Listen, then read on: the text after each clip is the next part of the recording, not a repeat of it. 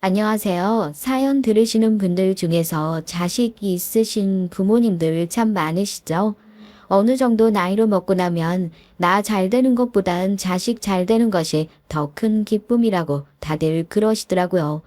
저도 그게 일반적인 부모의 모습이고 아직 자식은 없지만 내가 자식을 낳게 된다면 저 역시도 그런 마음이지 않을까 어렴풋이 짐작만 해볼 뿐입니다. 하나밖에 없는 딸 잘 됐으면 좋겠다는 마음으로 어렸을 때부터 무한한 사랑과 투자를 아끼지 않았던 부모님을 보면서 자라왔으니까요. 그런데 세상엔 내 자식이 잘 되는 것을 보면 배가 아픈 말도 안 되는 부모도 있더라고요. 세상에 그런 부모가 어디 있냐고요? 네, 그게 바로 저희 시어머니 얘기예요. 어찌나 욕심이 그득그득한지 내 자식 잘 되는 것보다 나 잘 되는 것만 신경 쓰는 이기적인 모정 때문에 스트레스 받아 죽을 것 같습니다. 남편 힘들게 기르신 거 잘 알고 있어서 남편만큼은 아니지만 나도 효도하며 살자는 마음이 이제는 쏙 사라졌다고나 할까요? 남편만 보면 이 결혼 유지해야 하나 싶다가도 언제 어디서 시어머니가 또 튀어나와 절 열받게 할지 가늠이 안 돼서 이왕 이렇게 일 터진 김에 화끈하게 이혼을 질러버려야 하나 고민스럽기 그지없네요. 저희 남편도 저도 개천 출신이에요.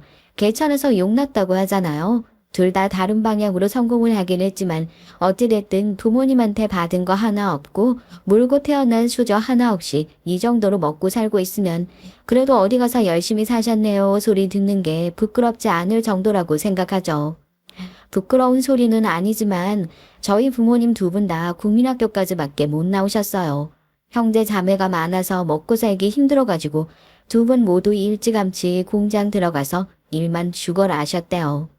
가난한 식구들이 발목 잡아 고꾸라질 뻔한 일도 참 많았지만 그래도 옛날엔 지금이랑 다르게 허튼 짓 안 하고 저축만 꼬박꼬박 잘 하더라도 먹고 살 수 있는 정도는 됐었잖아요. 뭐 크게 여유로웠던 건 아니지만 그래도 부모님은 못 갔던 대학 저는 갈 수 있었으니까 그것만 해도 감사하죠. 제가 경영학과를 나왔거든요. 뭐 어디 이름난 명문대를 나오는 건 아닌데 제가 대학 들어간 게 부모님께선 얼마나 기쁘셨는지 정말 아파트 앞에 현수막이라도 걸 기세셨다니까요. 아무리 대학 근처라지만 무슨 월세가 이렇게 비싸. 월세 나가는 돈은 그냥 그대로 다 날아가는 돈인데 이게 무슨 낭비냐고? 차라리 이럴 바엔 그냥 그쪽 아파트라도 하나 사는 게 낫지 원.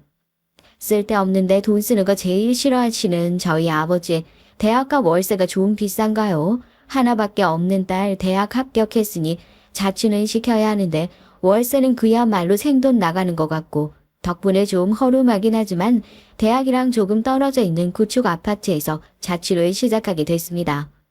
학교 5분 거리에서 자취하면서 늦잠 자고 수업에 꼬박꼬박 나오는 친구들이 그렇게 부러울 수가 없었죠.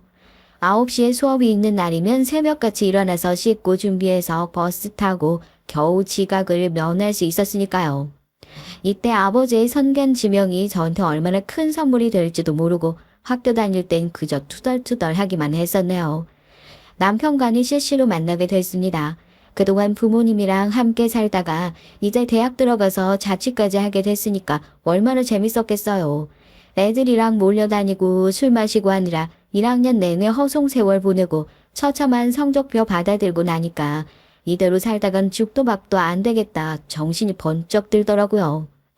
부모님은 그동안 뼈 빠지게 고생해서 딸내미 대학까지 보내놨는데 기대를 저버리는 것 같아 양심에 엄청 찔리기도 하고요. 뒤늦게 취업에 도움된다는 봉사활동이며 동아리 활동이며 부랴부랴 찾아서 하다가 대학 동아리에서 만났던 게 바로 남편이었습니다.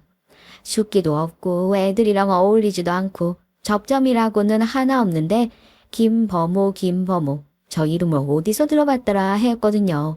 수석 입학으로 들어와서 학과에서 1등을 한 번도 놓친 적이 없는 모범생 중에 모범생이라고 하더라고요. 김버모? 별명이 백범으로 전화 백범호. 몸이 백대가 아니냐고. 진짜 쟤 같은 애들이 대학에 들어와야 맞는 거지. 조기 졸업한다고 수업도 꽉꽉 채워들어. 수업 끝나면 아르바이트 끝나고 나면 맨날 도서관에 처박혀 있어. 거기다 동아리 활동까지 안 빠지고 나온다니까. 저게 몸이 100개 아니면 가능한 일이냐? 조용하고 차분하지만 누구보다 열심히 사는 사람. 남편은 대학 시절 제 롤 모델이기도 했어요. 공부 못하는 애들이 잘할 수 있는 가장 좋은 방법이 뭔지 아세요? 벤치마킹이요. 쟤처럼만 살면 못해도 중박은 치겠다 해서 그때부터 남편을 졸졸 따라다니기 시작했습니다. 수업 시간에도 꼭 근처 자리에 앉아서 졸릴 때마다 꼿꼿하게 앉아있는 뒷모습 보면서 정신 차리고 도서관 가는 시간 맞춰서 저도 따라가고요. 이제 도서관 문 닫겠다는 경비 아저씨 순찰이 돌 때서야 자리에서 일어나는 모습을 보고 지독한 놈이구나 싶었네요. 황새가 뱁새 쫓아가면 가랑이가 찢어진다고 1학년 때 맨날 친구들이랑 놀이기만 했던 제가 스케줄표만 달달 따라다닌다고 해서 뭐 크게 달라진 게 있었겠어요. 그날도 도서관 따라가서 몇 칸 떨어진 자리에 자리 잡고 앉아가지고 꼬벅꼬벅 졸고 있는데 누가 제 어깨로 툭툭 쳐서 깨우더라고요. 깜짝 놀라서 책상을 퍽 치고 일어나니까 남편이 정말 한심하다는 표정으로 절 쳐다보면서 그러더라고요.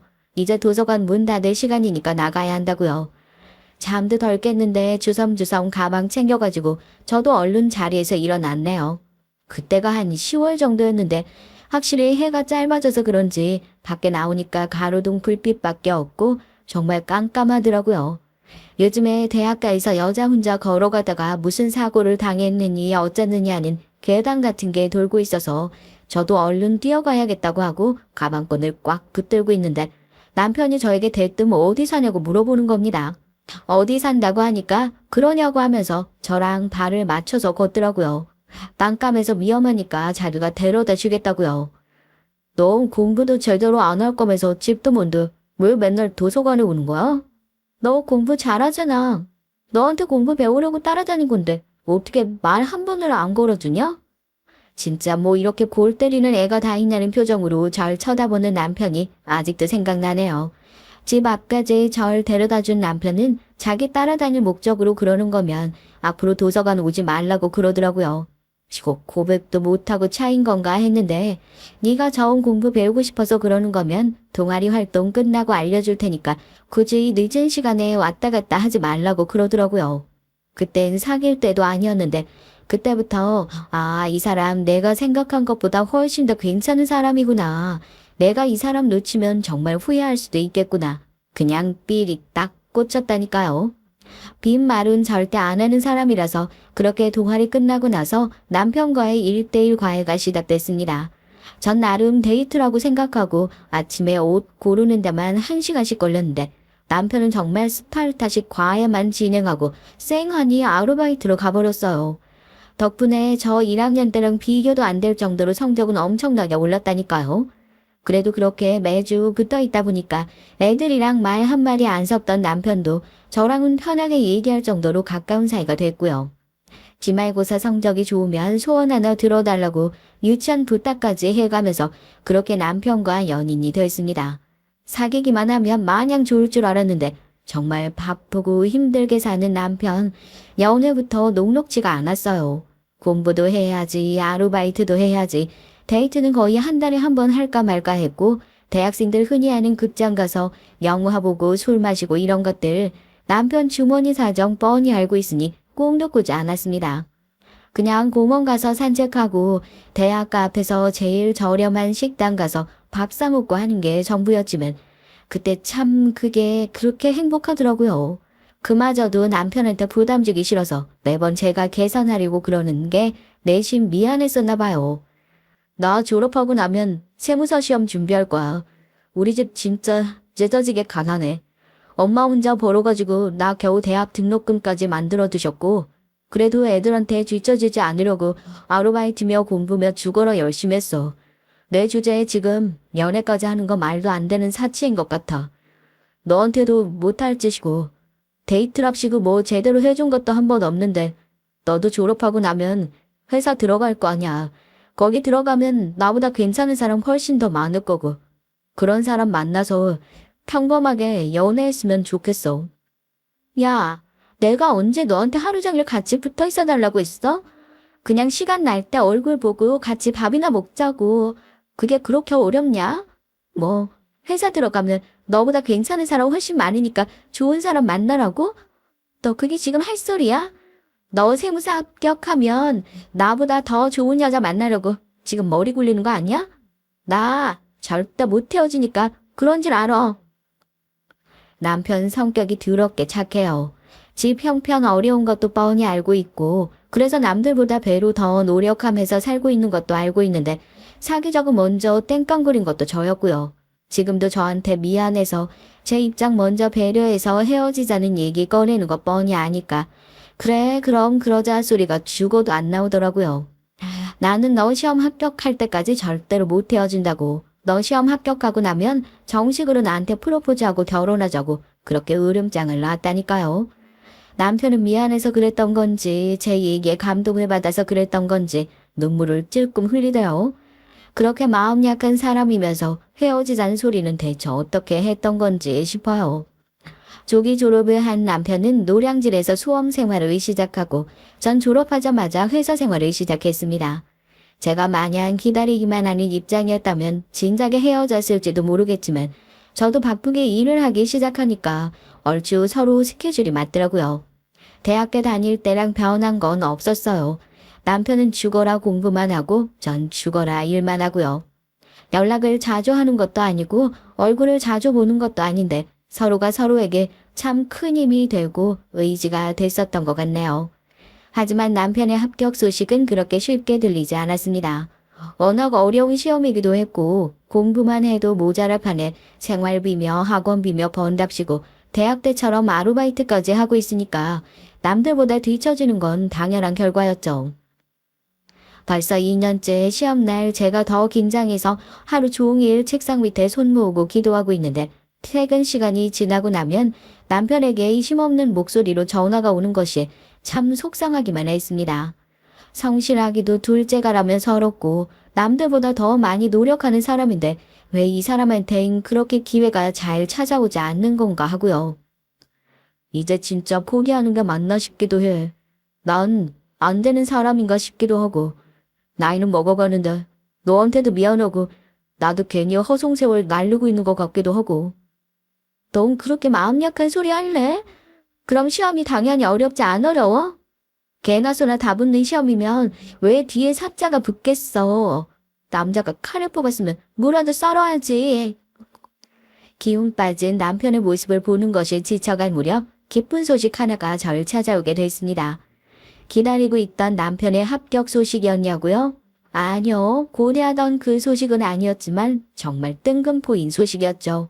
대학생 때부터 쭉 살고 있었던 낡은 구축 아파트에 갑자기 재건축 호재까지 붙으면서 집값이 거의 2배 가까이 뛴 거예요. 거기서 버티고 앉아있으면 2주비에 나중에 새로 지을 신축 아파트 분양권까지 받을 수 있다는 얘기까지 돌고 있는데 아버지가 그러시더라고요. 집값 올랐을 때 얼른 팔고 나오라고요. 차라리 있는 대로 대출 몽땅 끌어받고 아빠가 돈 보태줄 테니까 그 돈으로 신축 아파트 하나 사서 얼른 들어가라고. 재테크의 재자도 몰랐던 저희 아버진 재건축이니 뭐니 말만 장황하게 늘어놓고 나중에 엎어질 거 생각해서 집값 올랐을 때 얼른 빠져나오라는 의도로 그러셨던 거였는데 신용대출 몽땅 끌어다가 그렇게 급하게 이사했던 아파트에 부동산 호황기라 잘 맞물려서 정말 아파트 값이 천장에 없는 것처럼 계속 오르는 거 보고 저희 가족 모두 입을 떡하니 벌릴 수밖에 없었습니다. 거기서 끝이게요?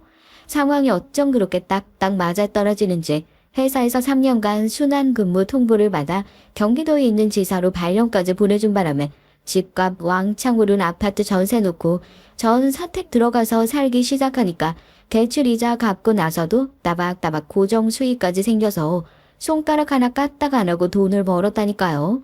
기가 막힐 노릇이죠. 언젠가 재미삼아 봤던 사주에서 평생 돈 걱정할 일 없을 거라고 했던 말이 진짜였나 보구나 싶었다니까요.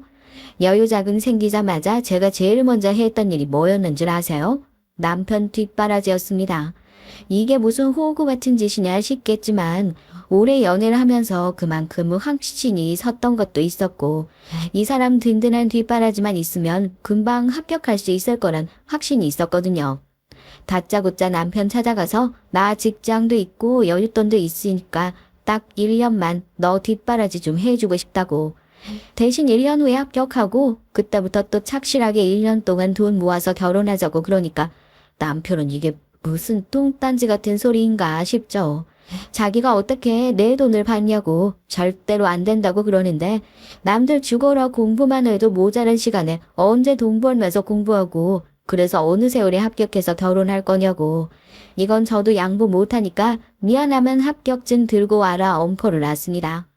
제가 한번 고집 부리면 또 못 말리거든요. 제 말이 영 틀린 소리도 아니니 남편도 미안해 죽으려고 하면서 그렇게 제 지원 받아서 그때부터 공부에만 전념하기 시작했어요. 솔직히 왜 안 돌아내요. 결혼도 안 한 남자한테 월세며 학원비며 다 지원해주다가 헌신짝 될지 어떻게 알아요? 그래도 이 사람은 절대 그런 식으로 나 배신할 사람은 아니다 확신 갖고 1년 동안 아무 말도 않고 묵묵히 기다려줬습니다. 결과는 어땠냐고요? 합격자 발표 날 아직 퇴근도 하지 않았는데 남편에게 전화 온 거 보고 아 이제 됐구나 싶어 화장실 들어가 펑펑 울며 전화 받았어요. 내가 너 아니었으면 진짜 어떻게 살았을까 싶어. 내가 뭐라고 이렇게까지. 그동안 진짜 고생 많았다. 앞으로 너 몸 고생이든 마음 고생이든 할 일 없이 내가 평생 노력하면서 살게. 정말 고마워. 나 믿어줘서 정말 고마워. 해낼 줄 알았다고. 당신 아니면 누가 하겠냐고. 그렇게 대성통곡을 하고 수습 떼고 대형 세무법인 들어가 딱 1년 반 걸려 결혼 준비 마쳤네요.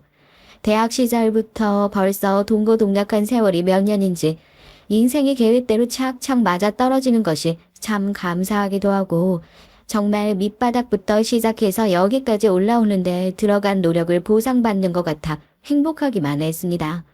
그동안 인생이 너무 내 마음대로 흘러오기만 했던 걸까요? 삶이란 것이 어떻게 계획한 대로 착착 맞아 떨어지기만 할 수 있겠어요. 결승점을 목전에 두었다고 생각했죠. 이젠 저희 두 사람을 찾아올 고난이 더는 없을 거라 생각했는데 진짜 기가 막히죠. 결혼 준비하면서부터 남편에 대해 한결같았던 제 마음이 조금씩 삐거덕거리기 시작했습니다. 그것도 남편 때문이 아니라 시댁 때문에요. 대학 때부터 남편이랑 좋은 관계로 잘 만나고 있었던 거 알고 계셨던 부모님은 남편 합격 소식을 제 소식처럼 기뻐하시면서 결혼 허락 받으러 온 남편 꼭 끌어안고 그동안 고생했다 다독이시느라 바빴죠. 그동안 제가 남편 뒷바라지 했던 거 뻔히 알고 계신 시어머니한테 저희 부모님처럼은 아니더라도 적어도 고맙다는 얘기 한마디는 들을 수 있을 거라 잔뜩 기대하며 시댁에 처음 인사를 드리러 갔습니다. 우리 엄마가 혼자서 워낙 고생을 많이 하셔서 좀 유난스러우실 수 있는데 내 말 무슨 말인지 알지? 나이 드신 분들 다 그러시잖아. 혹시라도 당신 입장에선 기분 나쁜 소리 나오더라도 그냥 어른들 하는 소리다 하고 대충 흘려들어. 알겠지? 설마 내가 그런 것도 이해 못하는 사람일까봐? 별 걱정을 다 한다. 어머님이나 나나 고생하면서 당신 뒷바라지 한 건 매 한 가지인데 오히려 공감대 형성도 되고 좋을 것 같은데? 어머님 마음을 내가 제일 잘 이해하지 누가 이해하겠어. 인사 가기도 전에 그런 소리 나올 때부터 알아봤어야 하는데 그때는 뭘 한다고 그렇게 잘난 척을 했었는지 저도 참 웃기는 사람이죠. 뒷바라지 쪽은 내 전문이라고 어머님 마음은 내가 제일 잘한다고 그렇게 유난 떨어가며 인사드리러 갔는데 그렇게 처음 만난 시어머니 복병 중에 복병 강적 중에 강적이었습니다. 어렸을 때부터 성공하면 자기 엄마 호강시켜준다고 효도하겠다고 그렇게 입에 달고 살더니 시험 합격하자마자 무슨 결혼을 한다고. 내가 남편 복만 없는 게 아니라 자식 복도 없나 싶다. 그간 고생은 내가 다 했는데 이제 아들 덕은 네가 다 보게 생겼구나. 들어가자마자 반겨주기는커녕 못마땅한 얼굴로 팔짱 끼고 절 위아래로 훑어보고 들어라는 듯 한숨 푹푹 쉬는 시어머니 보고 1차 당황. 내가 뭐 실수라도 한 건가 싶어서 눈치 보면서 차려둔 밥 모래알처럼 씻고 있으니까 또 한숨 푹 쉬면서 숟가락 칵 내려놓고 하는 소리에 2차 당황. 아, 시어머니 눈엔 내가 같이 고생해서 아재를 세무사 만들어 놓은 귀한 며느리로 보이는 게 아니라 자기 혼자 고생해서 만들어둔 아들 홀라당 채가는 불려시로 보이는구나. 그때 알았죠. 남편도 당황해서 엄마 지금 손님 앞에서 그게 무슨 소리냐고 말을 툭 끊었고요. 이 사람 아니었으면 애초에 나 시험 합격하지도 못했어. 그동안 얼마나 고생하면서 내 뒷바라지를 했는데 고마워하지는 못할 망정 그게 무슨 소리야. 그리고 결혼하면 누가 엄마 거들떠도 안 본다고 했어. 왜 사람 불편하게 말을 그렇게 하고 그래. 벌써부터 지 마누라 편든다고 엄마 말 톡톡 끊어먹는 놈한테 내가 뭘 더 바라니. 됐다. 내가 말린다고 네 뜻대로 안 할 것도 아니고 허락은 뭐하러 받아. 너네 하고 싶은 대로 해. 나는 뭐 더 할 말도 없으니까. 엄님, 그동안 고생하신 거 저도 잘 알고 있어요. 합격하자마자 결혼하는 거 서운하신 마음도 알겠지만 이 사람 한 명한테 효도받는 것보다 저까지 두 명한테 효도받는 게 어머님도 더 좋으시잖아요. 저희 이제 나이도 있고 시험 합격하면 결혼해야겠다. 오래전부터 약속도 했었던 거라 너무 서운하게만 생각하지 마시고 예쁘게 봐주세요. 네? 결혼 준비 중인 예비 신부들, 이제 막 결혼한 새댁들 사이에서 전염병 도는 거 있잖아요. 천사병이요. 저도 말기 중에 말기였습니다. 그 와중에 시어머니 마음 어떻게든 이해해보겠다고 그렇게 처음 인사하러 온 며느리한테 싫은 소리 하는 시댁에다가 어떻게든 예쁘게 보이겠다고 그렇게 살살거리면서 얘기를 했다니까요. 시어머니께서도 그제서야 입술 대빨 나온 거 집어넣대요. 너 처음에 인사 오고 결혼 허락 받을 때만 그렇게 얘기하고 나중에 내가 시어머니한테 효도를 왜 해야 되니 뭐니 어쩌니 그런 소리 하는 거 아니지? 그래도 영 생각이 없는 애는 아닌 것 같아서 다행이기는 하네. 내가 정말로 얘를 얼마나 고생을 하면서 키웠는지 알고. 그리고 나서는 또 신나서 어렸을 때부터 남편이 자기를 닮아 머리가 좋았네. 얘가 나 아니었으면 세무사는 꿈도 못 꿨을 거네. 어쩌면 하면서 거의 1시간 가까이 일전 연설을 늘어놓으시더라고요. 제가 남편이랑 연애만 몇 년인데요. 대학 등록금 내주신 이후엔 아무런 지원도 없이 남편이 뭐든 혼자 생고생한 거 뻔히 다 알고 있는데도 그것도 다 본인 덕이랍니다. 독립심을 키워준 거라나요? 자기 아니었으면 네가 이런 애랑 결혼이나 할 수 있었겠냐고. 그러니까 평생 감사한 마음으로 효도하면서 살아야 한다. 귀에 딱지가 않도록 말씀을 하셨죠. 그때는 뭐에 홀린 것처럼 네네 맞죠 그렇죠 하면서 시어머니 비위 맞추겠다고 열심히 옆에서 맞장구를 쳐드렸습니다. 그래서 그런지 금방 또 기분이 좋아지시긴 했지만 말이에요. 인사하고 나오는데 전 진짜 진이 다 빠져가지고 조수석에서 결혼이 이렇게 힘든 거구나. 묘한 기분에 창밖만 바라보고 있는데 남편도 민망하고 미안한지 엄마가 좀 유난이라고 그래도 당신이 거기서 잘 얘기해줘서 얼마나 고마운지 모르겠다고 제 눈치를 살피더라고요. 마음고생 안 시킨다고 했으면서 이러다 어머님 때문에 결혼하고 나서도 나 내내 마음고생하는 거 아닌가 모르겠다. 결혼하고 나면 당신이 더 잘해야 되는 거 알지? 그걸 말이라고 하냐고. 엄마도 처음에만 저러다 말 거라고 걱정하는 일 절대 없게 하겠다고 신신당부하던 남편의 말을 왜 그렇게 철석같이 믿었을까요? 남편을 아주 더럽게 사랑했었던 건지 아니면 그동안 남편에게 쏟아진 제 청춘이 아까워서였는지 몰라도 그래 이 정도 시련은 그동안 우리 둘이 고생했던 거에 비하면 세 발의 피다. 시댁이 편안한 게 그게 더 이상한 거지 생각하고 그렇게 결혼식을 올렸어요. 그때부터 아주 지옥문이 활짝 열렸다니까요. 결혼하고 나서 남편이랑 지내면서 그런 생각이 들더라고요. 시어머니 앞에서 남편과 행복하면 안 되겠구나 하는 생각이요. 그게 뭔 말도 안 되는 소리냐고요? 저희 시어머니의 말도 안 되는 질투로 사사건건 결혼 생활에 시비 걸기 바쁘셨거든요. 남편이랑 잘 지내는 절 질투하는 게 아니라 그냥 아들이 나보다 잘 사는 게 배 아파하는 그런 느낌이에요. 혼자 계시니까 외롭고 적적하신 거 당연히 이해 못하는 것도 아닌데 아무리 그래도 결혼한 아들, 와이프랑 행복하게 지내는 꼴 보는 게 그렇게 싫으신가 싶기도 하고요. 남편이랑 저야 당연히 사이 좋죠. 연애할 때도 한 달에 한 번 얼굴 보는 사이였는데 이제 결혼하고 나서 매일같이 얼굴 볼 수 있으니까 얼마나 좋아요.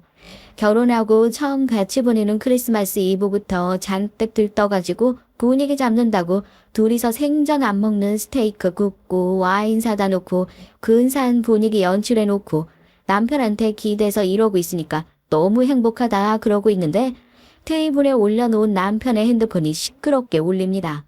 시어머니예요. 천년의 분위기도 확 식는 상황이었죠. 남편도 한숨 쉬면서 전화 받으니까 옆에 있는 저도 다 들릴 정도로 전화기에 대고 쩌렁쩌렁 소리를 지르시더라고요.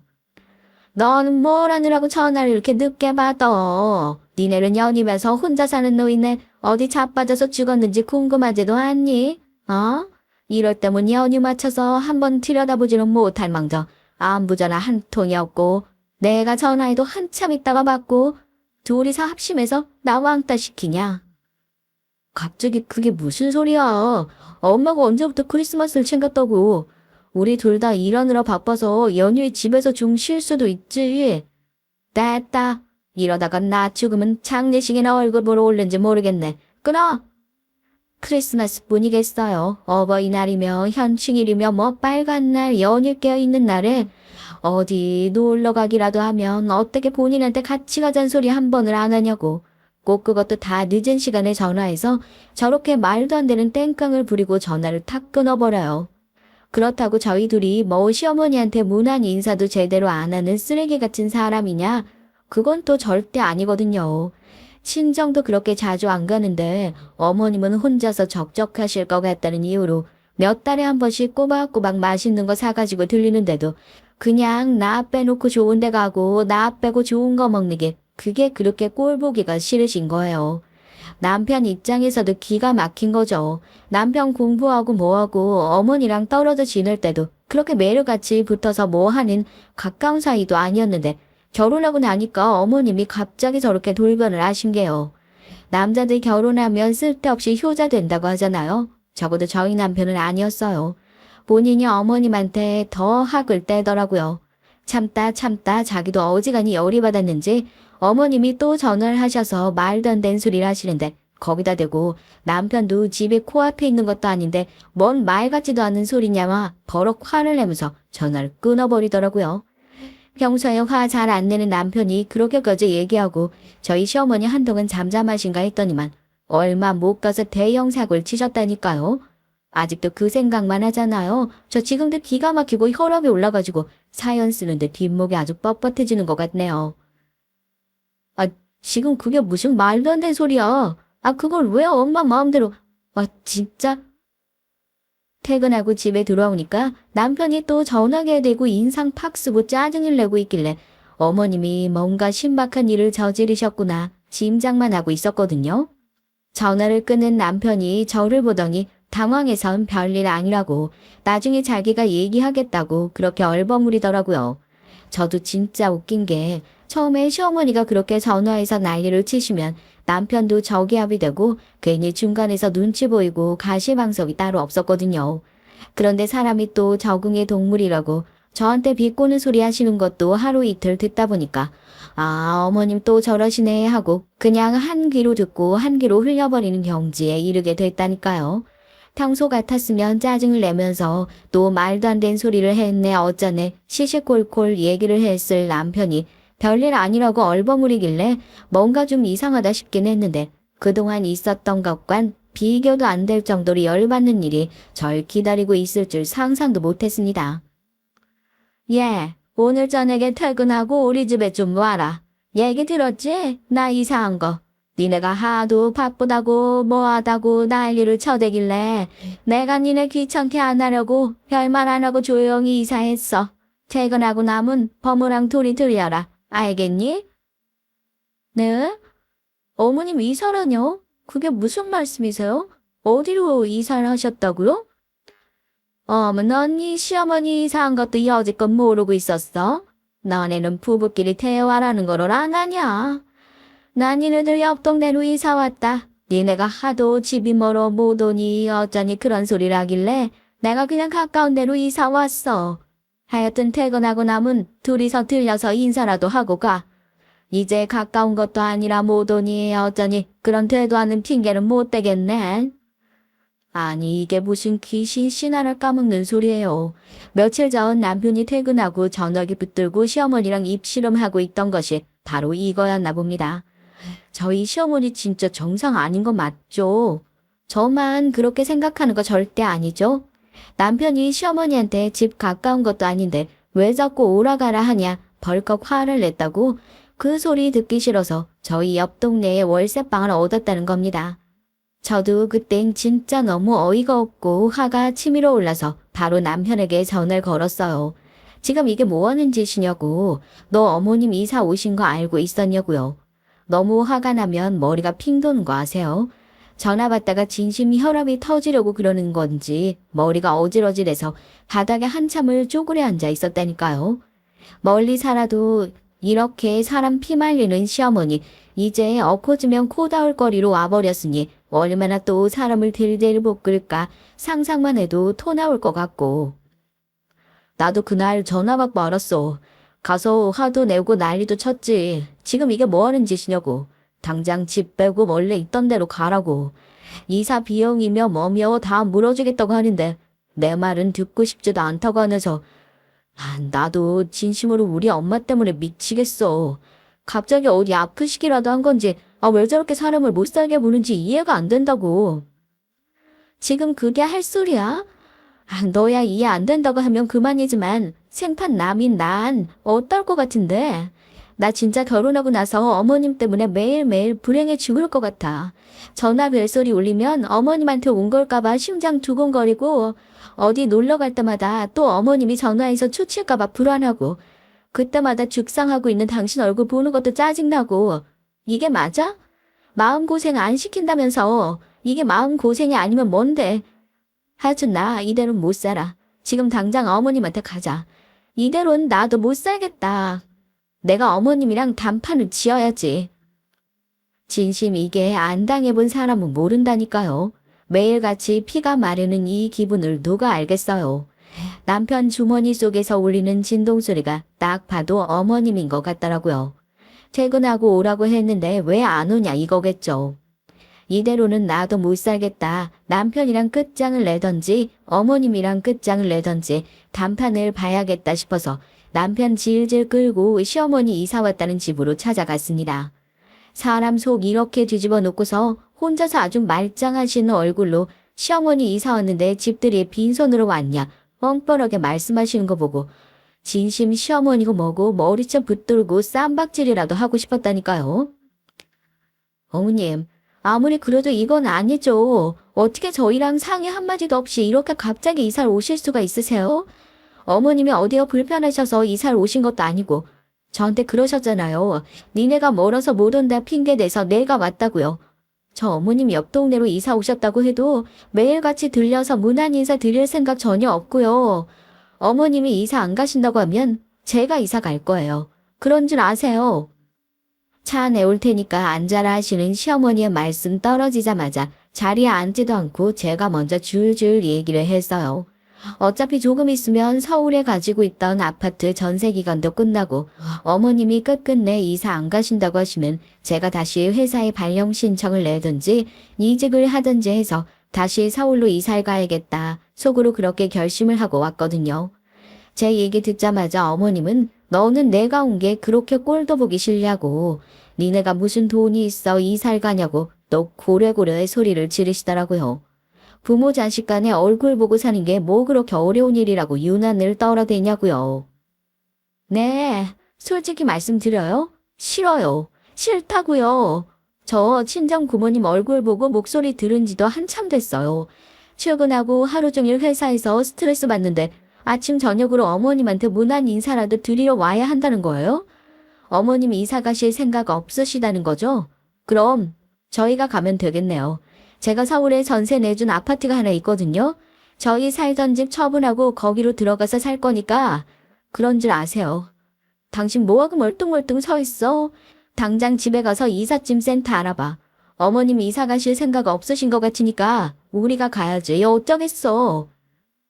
저 시어머니한테 말하는 싸가지 좀 봐. 예, 넌 어떻게 저런 걸 마누라라고 데리고 살고 있어? 어머, 기가 막혀서. 넌 이런 소리 하려고 온 거니? 응? 그동안 저도 많이 참고 살았죠. 뒷목 잡고 뒤로 넘어가는 신용하시는 시어머니 거들떠보지도 않고 남편 손목 붙들고 시어머니 집 문 부서져라 쾅 닫고 나왔습니다. 남편은 입이 10개라도 할 말이 없죠. 집에 오자마자 저한테 무릎 꿇고 그러더라고요. 이사 가자고. 이사 준비는 자기가 다 알아서 하겠다고. 이사 간 집 주소도 어머니한테 안 알려드리겠다고요. 이럴 거면 갈라서자는 말이 목구멍까지 차오르는데 남편은 또 무슨 죄가 있나 싶고 얼굴이 시뻘개져가지고 이마만 쥐어짜듯이 붙들고 있었습니다. 그렇게 안 하면 머리가 진짜 터져버릴 것 같아서요. 긴 말 할 필요 없어. 내일 당장 이삿짐 센터 알아봐. 나도 그냥 한 소리 아니니까 당신 출퇴근은 뭐 어떻게 하든 직장을 옮기든 그건 알아서 하고 나도 이번엔 정말 마지막으로 주는 기회야. 한 번만 더 어머니 문제로 날 실망시키면 그땐 진짜 끝이야. 알겠어? 남편한테도 선전포고했습니다. 그냥 하는 소리가 아니라 진짜 참고 참다가 한 얘기였죠. 남편도 정말 싹싹 빌었어요. 다시는 그런 일 없을 거라고요.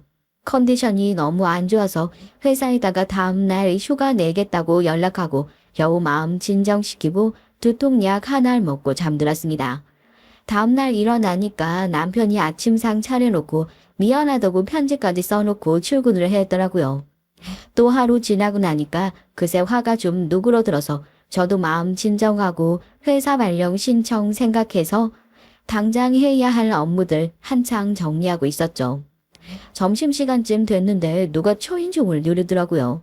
택배 시킨 게 없는데 누구지 하고 보니까 시어머니예요. 진심 인터폰으로 얼굴 보는 순간 몸에 피가 확 식는 느낌인 거 있죠? 여긴 왜 또 찾아왔지 싶고요. 주차장에 너 차 있는 거 다 보고 올라왔다. 할 얘기 있으니까 문 좀 열어봐라. 그냥 입 다물고 없는 척하고 있을까 했는데 그새 차까지 보고 왔는지 시끄럽게 문을 쾅쾅 두드리길래 이웃한 때까지 쪽팔린 꼴 보이기 싫어서 겨우 문 열어줬습니다.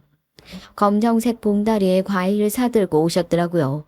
어제 그렇게 난리를 치신 게 조금은 미안하셨나 사과라도 하러 오신 건가 싶어서 거실에 앉으시라고 하고 차를 내왔죠. 어제 언제 그렇게 화를 내셨냐는 듯이 또 웃으면서 말을 걸어오시는 게 뭔가 수상하다 싶었어요. 어제는 나도 너도 예민해져 있어서 그렇게 싸울 일도 아니었는데, 아무리 고부 갈등 한다지만 너랑 나랑 사이가 좀 좋았어.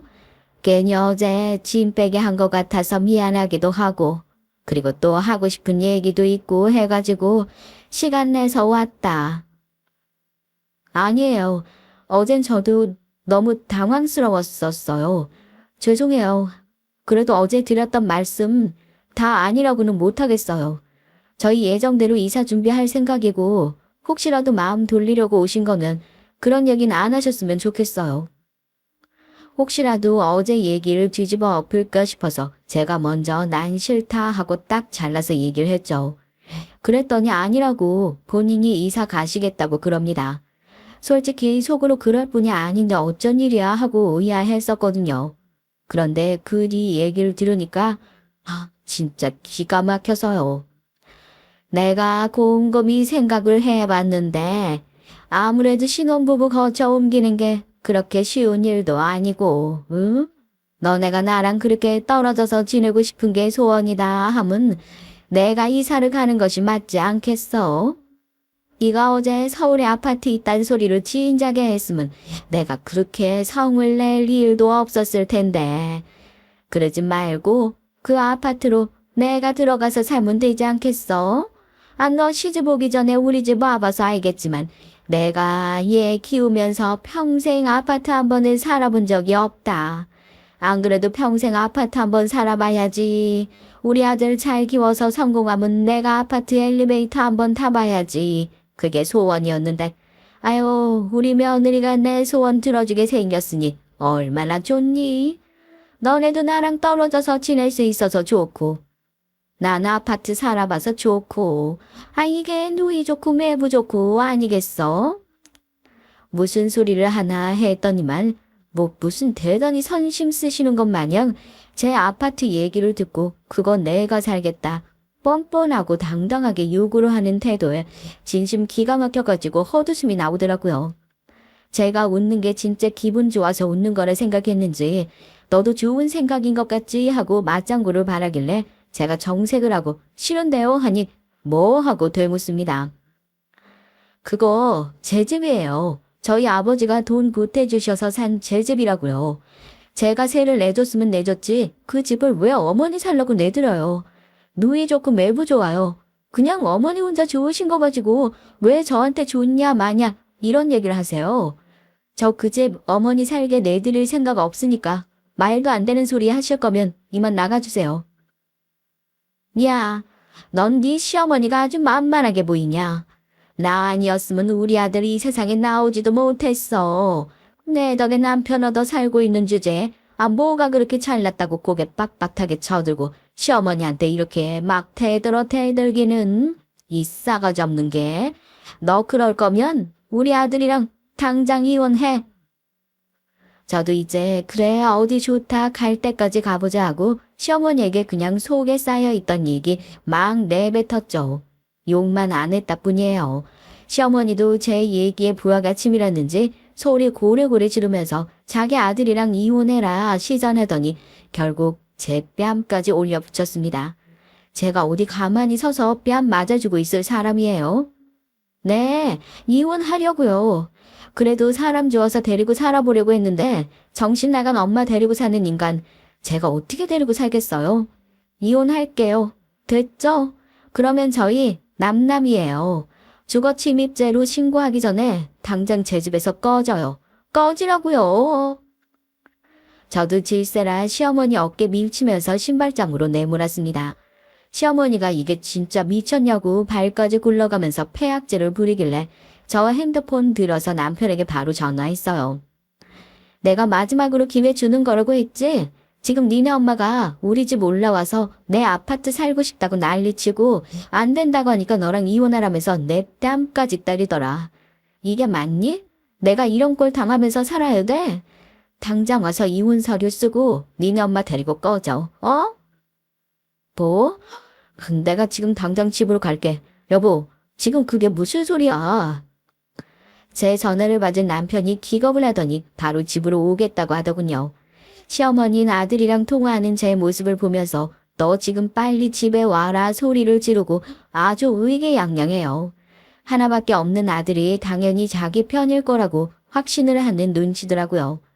눈을 이시번득하게 뜨고 신발장에서 저를 노려보고 있던 시어머니와 그런 시어머니 무시하고 거실 소파에 털썩 앉아서 몇 분이나 지났을까요? 체감상 한 15분도 안 된 것 같은데 도어락 비밀번호 찍는 소리가 들리더라고요. 남편이 도착했습니다. 아, 네. 내가 정말 며느리한테 이런 소리까지 들으면서 아이고 저 미친 기집애가 내 어깨를 밀치고 아주 깡패가 따로 없더라. 저거 당장 이혼하고 경찰에 신고하든지 해야지. 엄마 어깨 좀 봐봐라. 저 우악스러운 게 밀쳐서 어디 멍이나 안 들었나. 여보 괜찮아? 지금 이게 뭐 하는 짓이에요? 진짜 미쳤어요? 제정신이야? 내 인생에 도움은 못 될 망정 자식 앞길에 똥물 뿌려도 유분수지. 당신이 그러고도 엄마야? 대체 나한테 뭘 그렇게 잘해줬는데 뭘 그렇게 뜯어먹고 싶어서 이러는데 얼마나 더 빨대 꽂고 사람을 빨아먹어야 내 인생에서 떨어질 건데. 남편이 오자마자 또 콧소리를 내면서 징징거리는 시어머니를 냅다 밀치고 저에게 달려온 남편은 제 얼굴을 붙들고 살짝 부어있는 뺨을 살피더니 시어머니에게 버럭 고함을 치기 시작했습니다. 저도 시어머니도 깜짝 놀라서 남편을 쳐다봤죠. 그렇게까지 화를 내는 건 처음 봤으니까요. 시어머니도 당황해서 말을 못하고 어버버 하더라고요.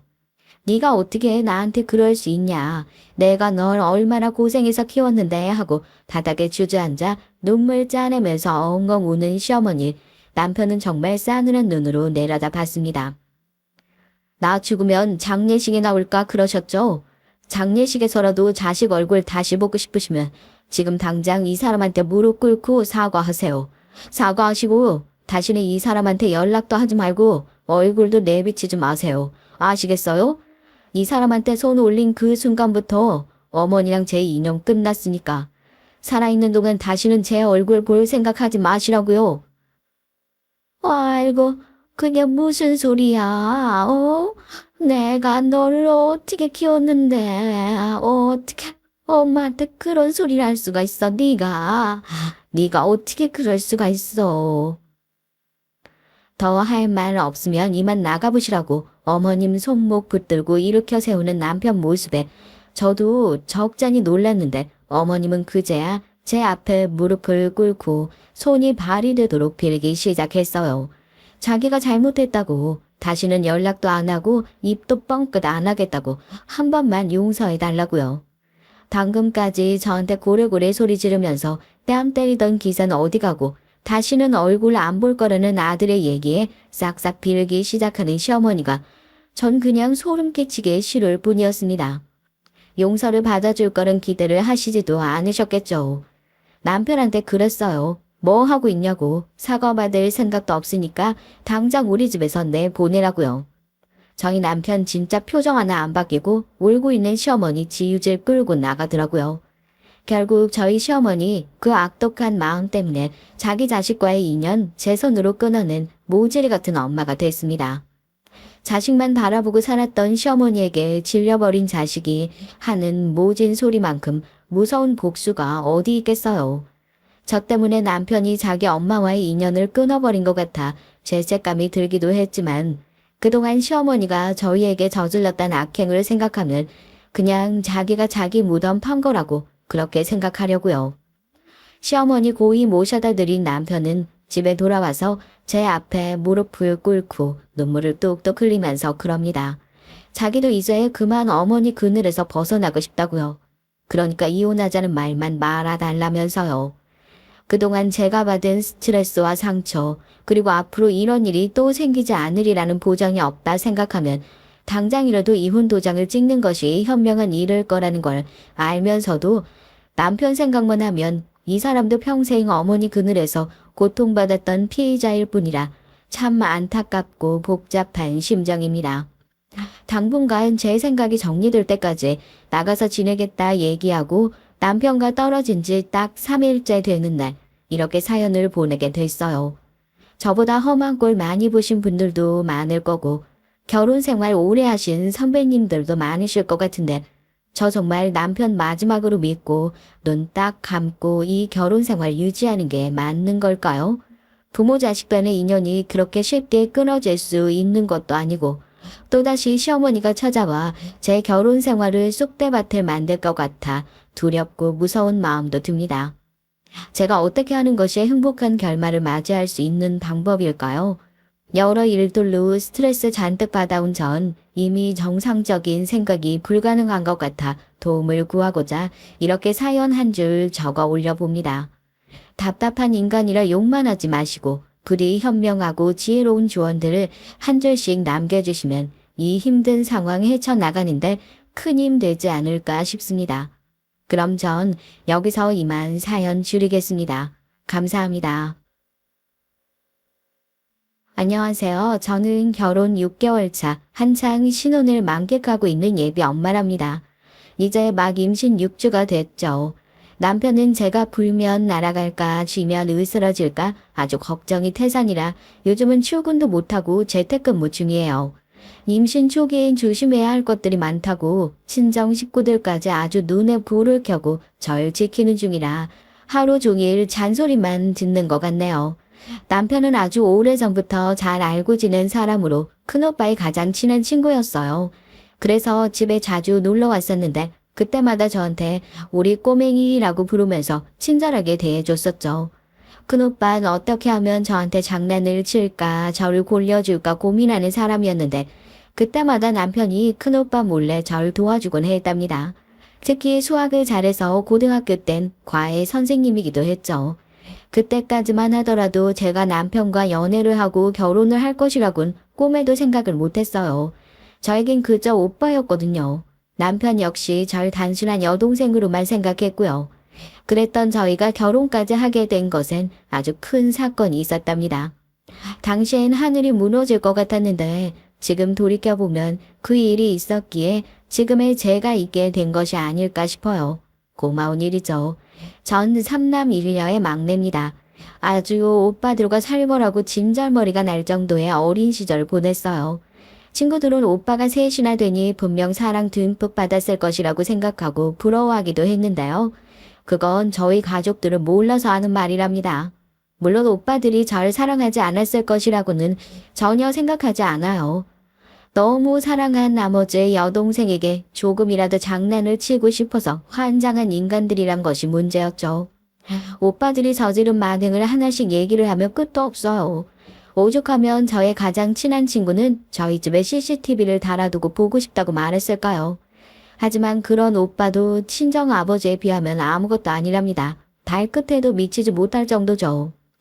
친정 아버지는 진짜 괴짝 그 자체예요. 4차원이다 라는 말로는 부족한 사람이죠. 얼마 전에 우연히 인터넷에서 짧은 동영상을 몇 개 봤는데요. 그 중에서 외국의 한 아버지가 사춘기 딸의 버릇을 고쳐주기 위해서 딸아이가 평소 입는 옷이며 화장을 똑같이 하고는 말투와 행동까지 그대로 흉내를 내는 영상이 있더라고요. 거울 치료하는 것처럼 말이죠. 지인들이 너무 재밌다고 웃으면서 보내주던데 전 웃을 수가 없었습니다. 제가 그 영상 속에 당사자였던 적이 있었거든요. 그것도 제가 중학교 때 말이죠.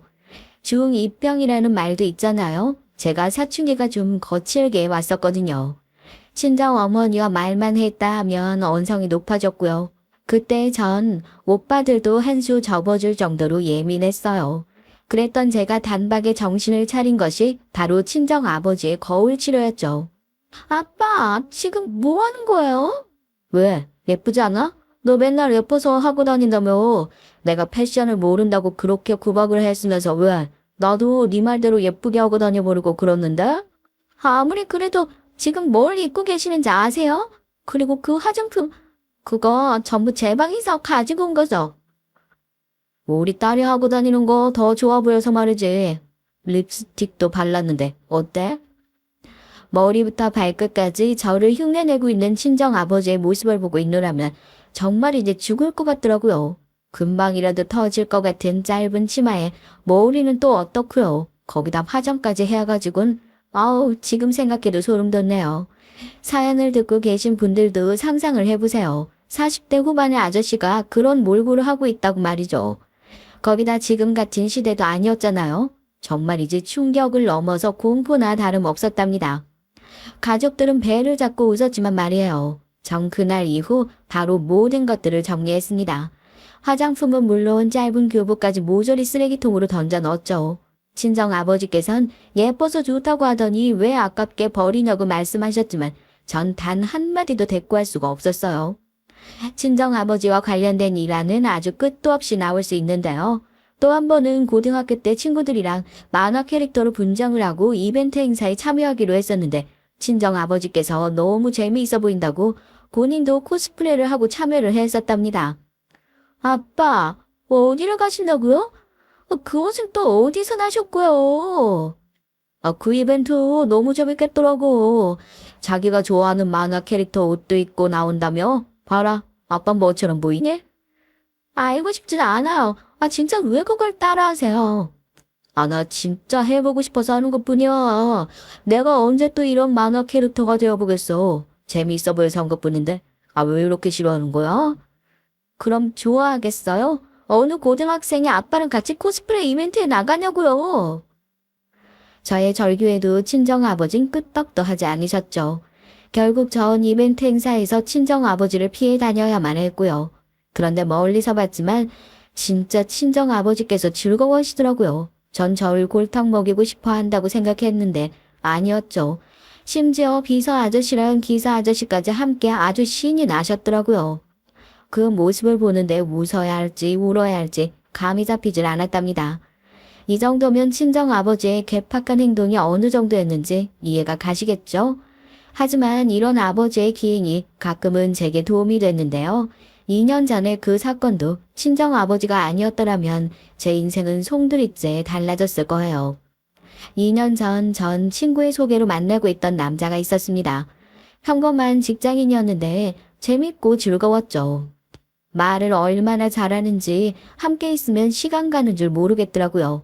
오죽하면 제가 남자친구에게 북극에 가서도 에어컨을 팔 수 있을 인간이라고 했을까요? 하여튼 제게 웃음을 많이 준 남자친구는 그 전까지 만났던 사람과는 좀 달랐어요. 처음으로 미래라는 것을 그려보기 시작했었거든요. 그래서 프로포즈를 받을 때 전 조금의 망설임도 없이 그렇게 하겠노라고 약속을 했죠. 그리고 바로 남자친구를 부모님께 소개했습니다. 저희 부모님들은 오빠 때도 그랬지만 누굴 데려오든 반대하는 말씀을 꺼내신 적이 한 번도 없어요. 자식들이 좋아서 하는 결혼이라면 무조건 응원한다는 쪽이셨죠. 그런 저희 부모님께선 남자친구를 보고는 묘한 표정을 지으셨어요. 특히 친정 어머니 표정이 이상했죠. 집에 돌아와서도 친정 어머니께선 말없이 무언가를 생각하시더라고요. 그리고는 절 따로 불러서 정말 남자친구와 결혼을 할 생각인지 물어보셨죠. 처음이었습니다. 오빠들 결혼할 때만 하더라도 한박 웃음을 짓던 친정 어머니께서 심각한 얼굴을 하며 제게 확인을 하신다는 것이 신기했어요. 당시에 전 남자친구와의 미래에 확신을 가지고 있었기 때문에 당연하다고 대답했고 어머니께선 그런 저를 뚫어져라 보시더니 알겠다고 하시고는 행복하게 잘 살기만 하면 된다고 말씀하셨죠. 남자친구는 부모님께서 허락해 주셨다는 말에 무척이나 기뻐했고요. 그리고는 당장이라도 결혼을 할 것처럼 굴었어요. 그런데 의외의 곳에서 브레이크가 걸렸습니다. 전혀 생각하지도 못했던 곳에서 말이죠. 그날은 토요일이었어요. 제일 친한 친구가 잔뜩 화가 난 목소리로 전화가 왔더라고요. 그러면서 다짜고짜 제게 남자친구와 헤어졌느냐고 물었죠. 전 영문도 모르고 갑자기 그게 무슨 소리냐고 답했어요. 그랬더니 친구는 왜 남자친구가 자기네 호텔에 와서 선을 보고 있냐고 소리를 높이더라고요. 당연히 전 그럴 리가 없다고 했죠. 남자친구가 급하게 회사에서 연락이 와 출근해야 한다고 해서 그날 함께 전시회를 보러 가기로 했던 것도 취소한 상태였거든요.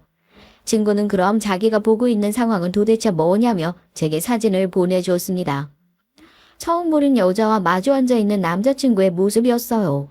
어색한 듯이 미소를 지으며 얘기를 나누는 장면이었어요. 물구나무를 서서 봐도 선을 보는 남녀의 모습이었습니다. 하지만 전 쉽게 인정할 수가 없었어요. 남자친구가 제게 거짓말을 했다는 사실을 믿을 수가 없었거든요. 그래서 거래처 사람일 것이라고 말했지만 속으로는 어느 정도 의심을 하고 있었습니다.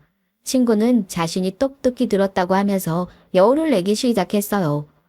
도대체 이게 무슨 일인가 싶어 직접 자신이 서빙을 나갔다는 말까지 하더라고요.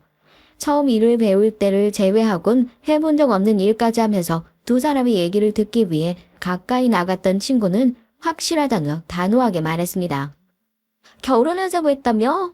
프로포즈까지 했다는 인간이 지금 다른 여자를 만난다는 게 말이나 되는 소리야. 너 당장 여기로 와. 와서 이 새끼 쥐어뜯어 놓든가 하라고. 혼자 못하겠다 싶으면 내가 도와줄 테니까.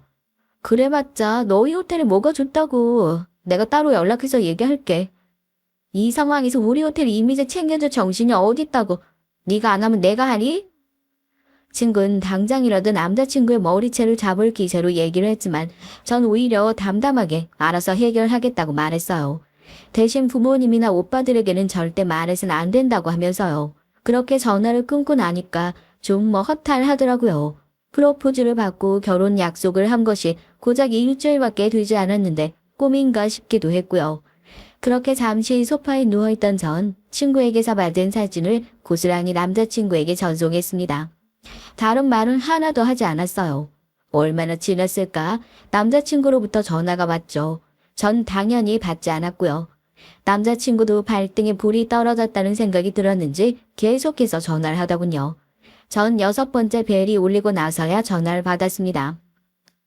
네가 무슨 얘기를 들었는지 모르겠지만 아니야. 자기가 생각하는 것이랑 전혀 달라. 내가 다 설명할 수 있어. 그러니까 제발 좀 만나자. 고작 지금 이 상황에서 할 말이 그것뿐이야? 회사 일에 선을 보는 것도 포함이 되는 줄은 몰랐는데. 거짓말한 건 진짜 미안한데 나도 이런 일이 있을 줄 몰랐어. 아 진짜야. 남자친구는 누나가 소개시켜줄 사람이 있다는 말에 조금도 의심하지 않고 나갔었다고 말했어요. 남자친구의 누나는 결혼해서 1년도 못 살고 이혼을 했었거든요. 남자친구는 그런 누나에게 재혼하고 싶은 사람이 생겨서 그러니 함께 봐달라고 해서 나왔다고 했죠. 그렇게 알고 나갔는데 사실은 선을 보는 자리였다고 아주 열변을 토하며 제게 설명을 하더군요. 남자친구의 설명을 듣는데 있을 법한 얘기라는 생각은 들었죠. 하지만 제일 중요한 사실이 빠져 있었습니다. 왜 형님이 남자친구를 속여가면서까지 선을 보도록 만들었냐는 것이었어요. 형님이 왜 당신을 속여가면서 그런 자리를 만들었는데? 나랑 결혼한다는 소리 아직 집에는 안 했어? 부모님께 나를 소개하고 싶다고 했잖아. 아, 그거 당연히 집에 얘기했지. 그런데 다들 바빠서 좀처럼 시간을 맞추기가 어렵더라고. 누나가 왜 그렇게 나오는지 글쎄 나도 잘 모르겠어. 남자친구는 제 질문에 허둥거리며 대답을 했습니다. 그 말을 듣고 있노라니 이 사람이 숨기는 것이 있구나 싶은 생각이 들었죠. 그렇게 청산유수가 따로 없이 말을 줄줄 하는 사람이 더듬거리며 대답을 한다는 것에서 딱 느낌이 오더라고요. 전 남자친구에게 거짓말하지 말고 솔직하게 얘기를 해달라고 다그쳤습니다. 처음엔 숨기는 것 없다고 부정하던 남자친구는 끈질긴 저의 추궁에 결국 속 시원하게 털어놨어요. 집에서 절 반대한다고 말이죠. 사실 처음 만남을 시작했을 때 우연히 전시회장에서 시부모님을 만난 적이 있었는데요. 그때 엄청 반가워하시던 시어머니와는 다르게 시아버지께서는 절 위아래로 훑어보시고는 혀를 차시더니 누가 봐도 제가 마음에 들지 않는다는 어투로 무슨 일을 하는지 부모님은 계시는지 물어보셨거든요. 충분히 물어볼 수 있는 것들이라 나름 성실하게 답변을 드렸는데 제가 대답을 하면 할수록 못마땅해 하시는 얼굴을 하셨죠. 급기야 나중엔 인사조차 받지 않으시더라고요. 그에 반해 시어머니께서는 조금 과하다 싶을 정도로 호들갑을 떨면서 반갑다고 말씀해 주셨고요.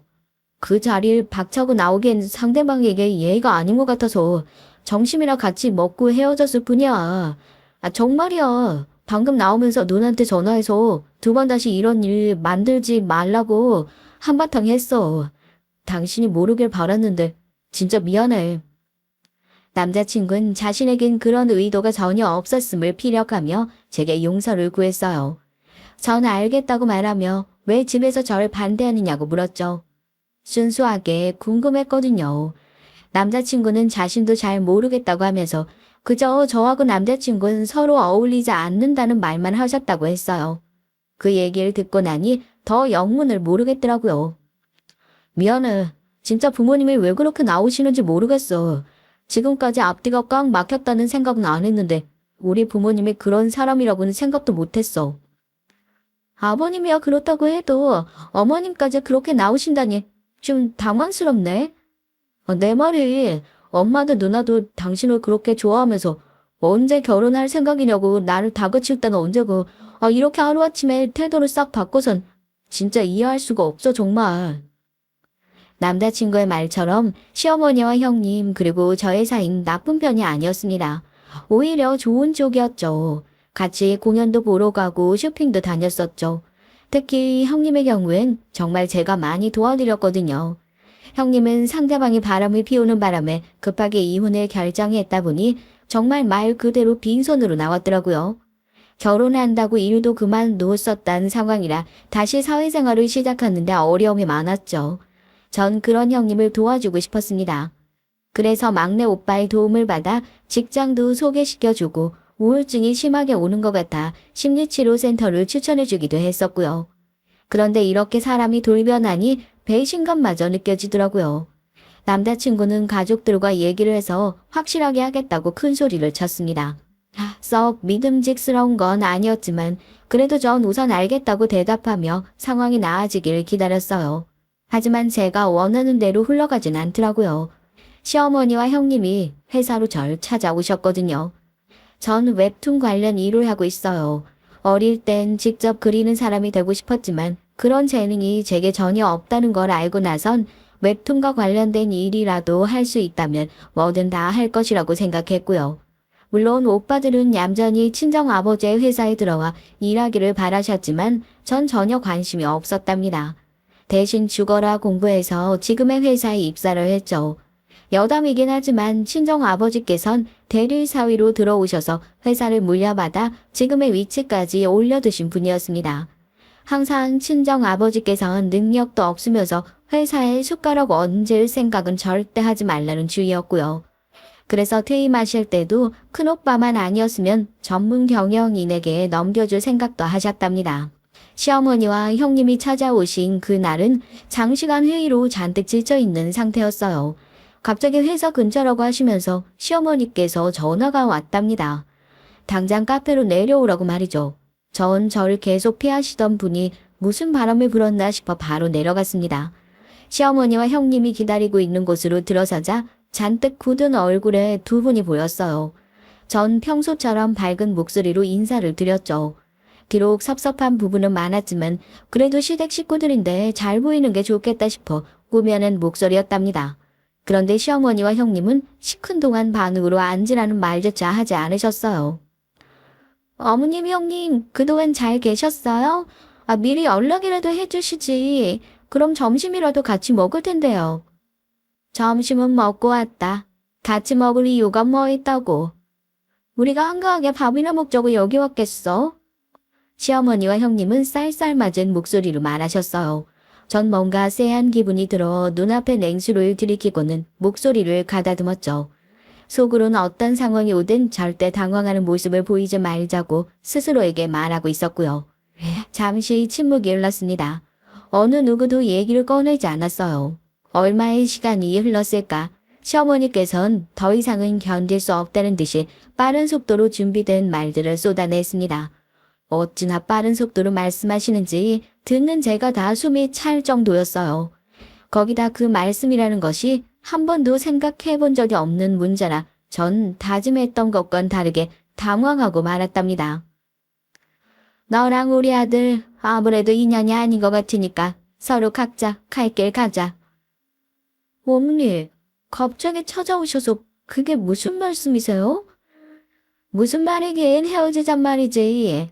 알아들었으면서 왜 모른 척을 해? 아니 헤어지자는 말씀을 대뜸하시는데 그럼 어떻게 가만히 있겠어요. 지난달에 바람 쐬러 가셨을 때만 하더라도 저 같은 며느리가 생겨서 좋다고 하셨잖아요. 내가 언제 그런 말을 했니? 생사랑 잡지 마라. 제 말에 시어머니께선 펄쩍 뛰시며 자신은 그런 말을 한 기억이 전혀 없다고 하셨어요. 형님 역시 어디서 듣고 온 말이냐며 역정을 내셨고요. 오이가 없었죠. 제가 가만히 있었더니 시어머니께선 한술 더 떠서 말씀하셨죠. 아무래도 결혼이라는 것이 두 사람이 좋아서 되는 건 아니지 않니? 적어도 서로 간에 격은 맞아야지. 집안끼리 비슷하기도 해야 되고.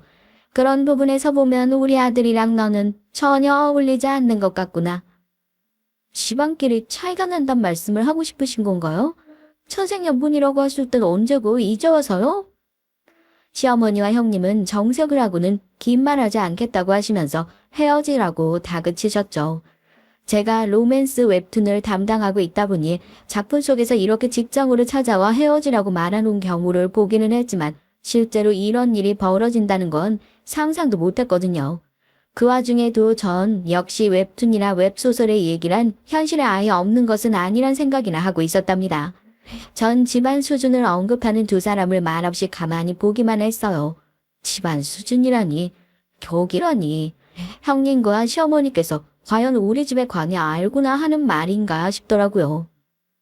왜 말이 없니? 헤어지라는데 알겠다는 말은 해야 될 거 아니야. 사실 너도 이렇게 한쪽으로 기우는 결혼하면 좋을 거 하나 없다. 우리 아들 하나 보고 시집와서 계속 식구들 눈치만 봐야 할 것 아니야. 지금 제가 만약 포기하지 않는다면 시집살이 시키겠다는 겁을 주시는 건가요? 말 되게 이상하게 하네. 우리가 언제 겁을 줬다 그래? 그리고 양심이 있으면 당연히 눈치 보고 설설 기어해야지. 막말로 길 가는 사람들 붙들고 물어봐. 내 동생이 100번 1000번 아깝다고 할걸? 저도 모르게 튀어나온 비아냥거림에 형님이 바로 발끈하시면서 제게 삿대질을 하더군요. 본인들도 찔리는 게 있는지 얼굴은 붉어진 채로 언성을 높이는 모습이 우습기만 했죠. 전 솔직하게 형님을 바라보며 그간 제가 도와드린 일이 얼만데 이렇게 나오실 줄은 몰랐다고 말했어요. 그리고 선을 봤다는 사실까지 알고 있다고 했죠. 제가 그 사실을 알고 있다는 것까지는 못 들었는지 형님과 시어머니는 입을 떡하니 벌리곤 대꾸를 하지 못하더라고요. 하지만 이내 뻔뻔스럽게 고개를 들고는 절 가로치려는 말투로 거기까지 알면서 헤어지지도 않고 버티느냐고 하더라고요. 전 시원하게 고개를 끄덕이며 알겠다고 하고는 자리에서 일어났습니다.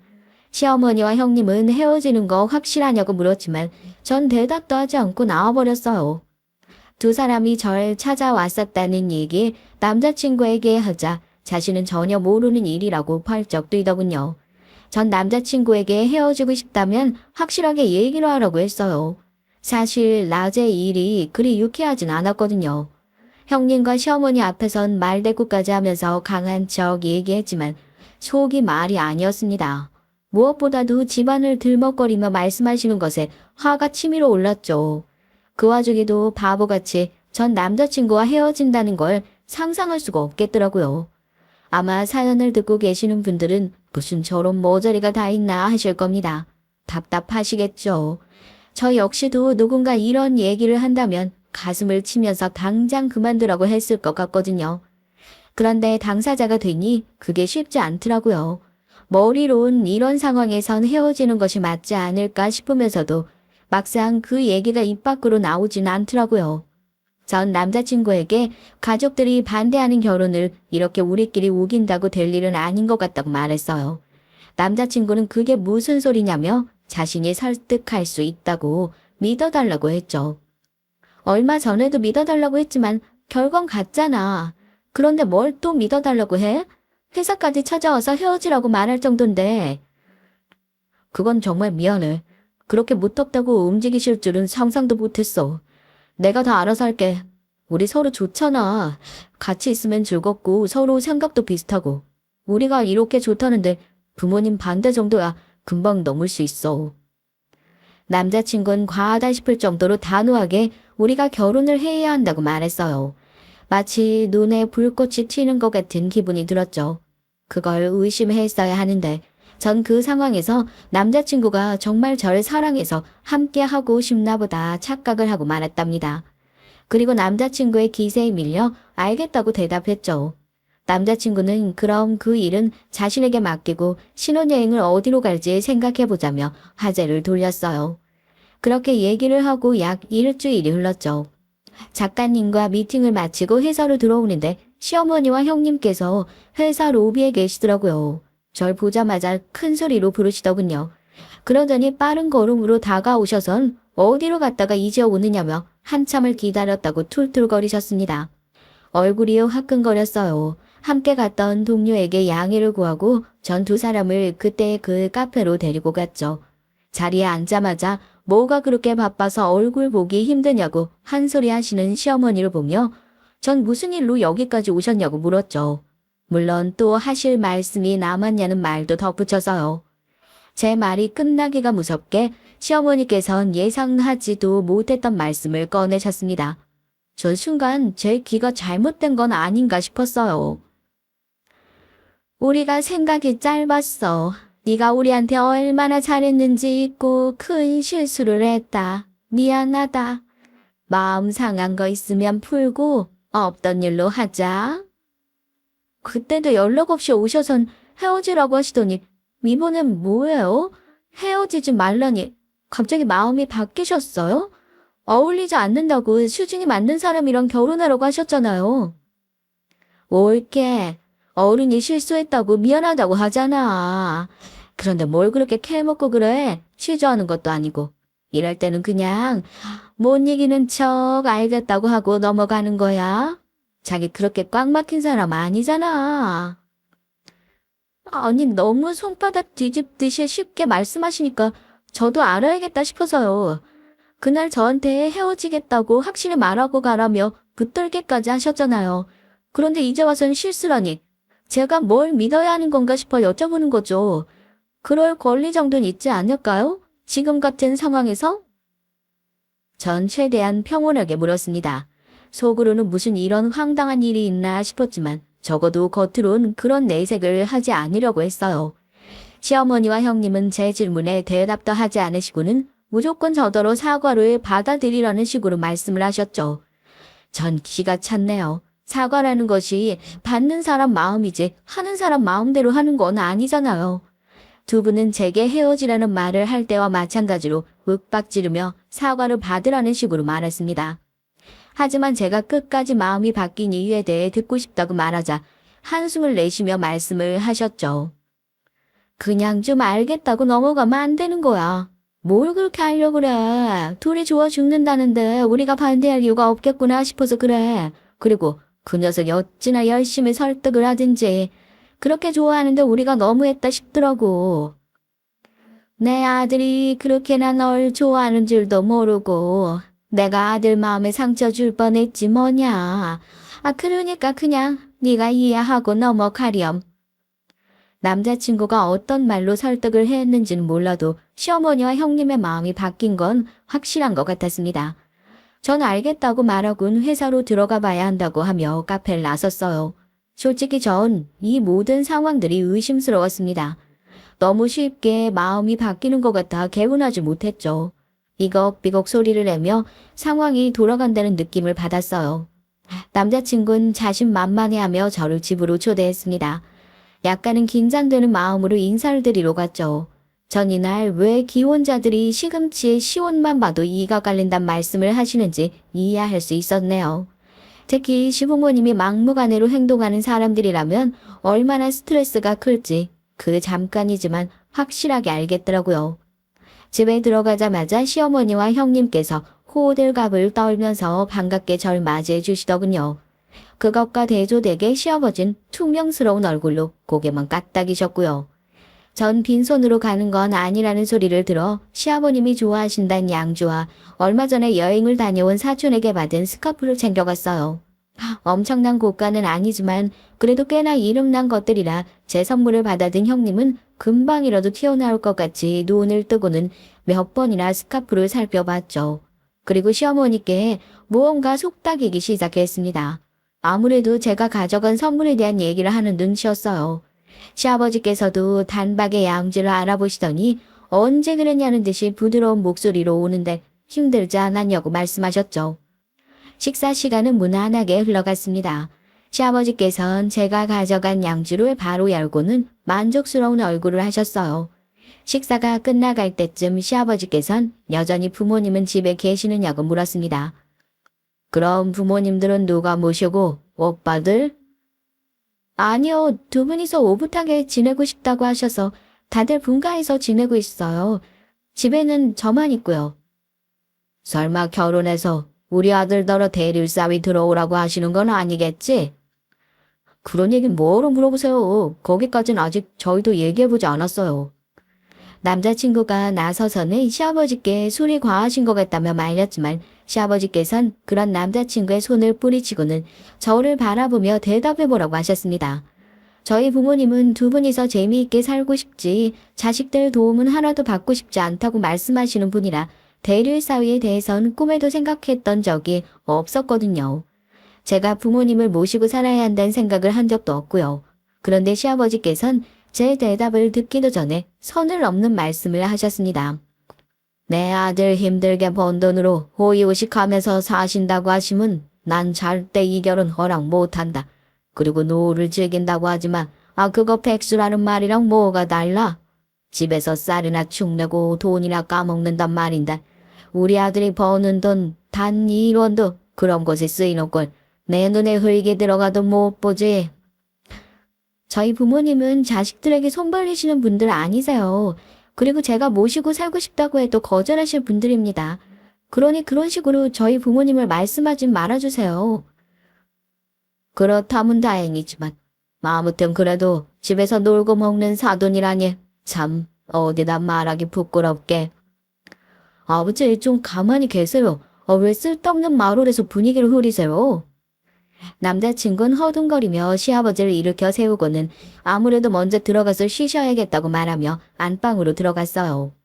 형님은 제 눈치를 보며 시아버지께서 원래 말을 생각 없이 하시니까 너무 신경 쓰지 말라고 하더군요. 화제를 바꿀 요량인지 신혼여행지는 어디로 하고 싶으신지 물어보셨지만 전 아직 아무것도 생각하지 않았다고 말하곤 입을 꼭 다물었습니다. 그 사건이 있고 나선 남자친구는 손이 발이 되도록 제게 빌었어요.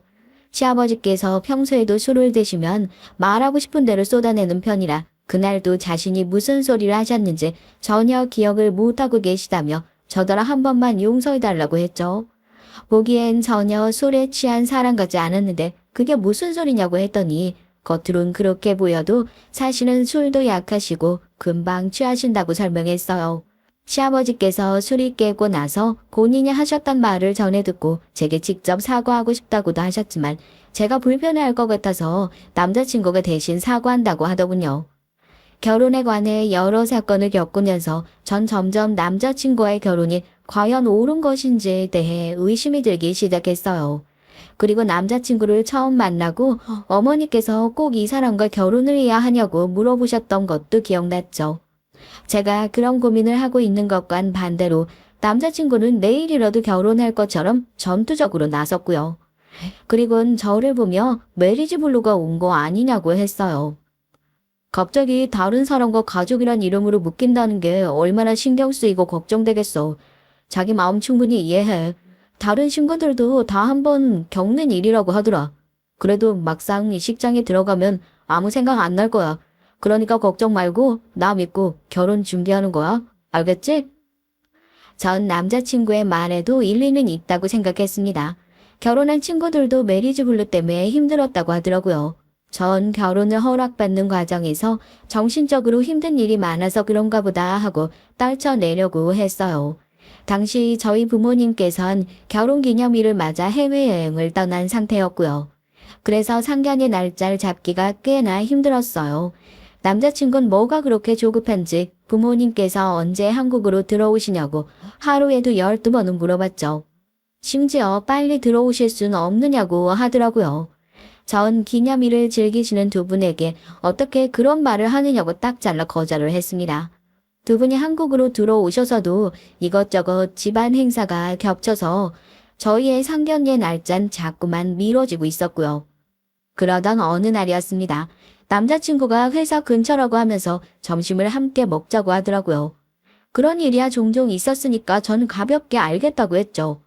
식사를 하는데 남자친구가 진지한 얼굴로 묻고 싶은 것이 있다고 했어요. 전 갑자기 무슨 무게를 잡느냐고 놀랐지만 남자친구의 얼굴은 좀처럼 펴지질 않았습니다. 저기요, 그 아버님 말이야. 요즘 뭐 하셔? 아버지? 워낙 동해번쩍 서해번쩍 하시는 분이라 잘 몰라. 퇴직하시고 자기 하고 싶은 일 하면서 즐겁게 살겠다고 하셔서 우리 가족 누구도 묻지 않거든? 왜? 나 아버님을 본 것 같아서 말이야. 남자친구는 정말 우연이었다고 하면서 친정 아버지에 관한 얘기를 꺼내더라고요.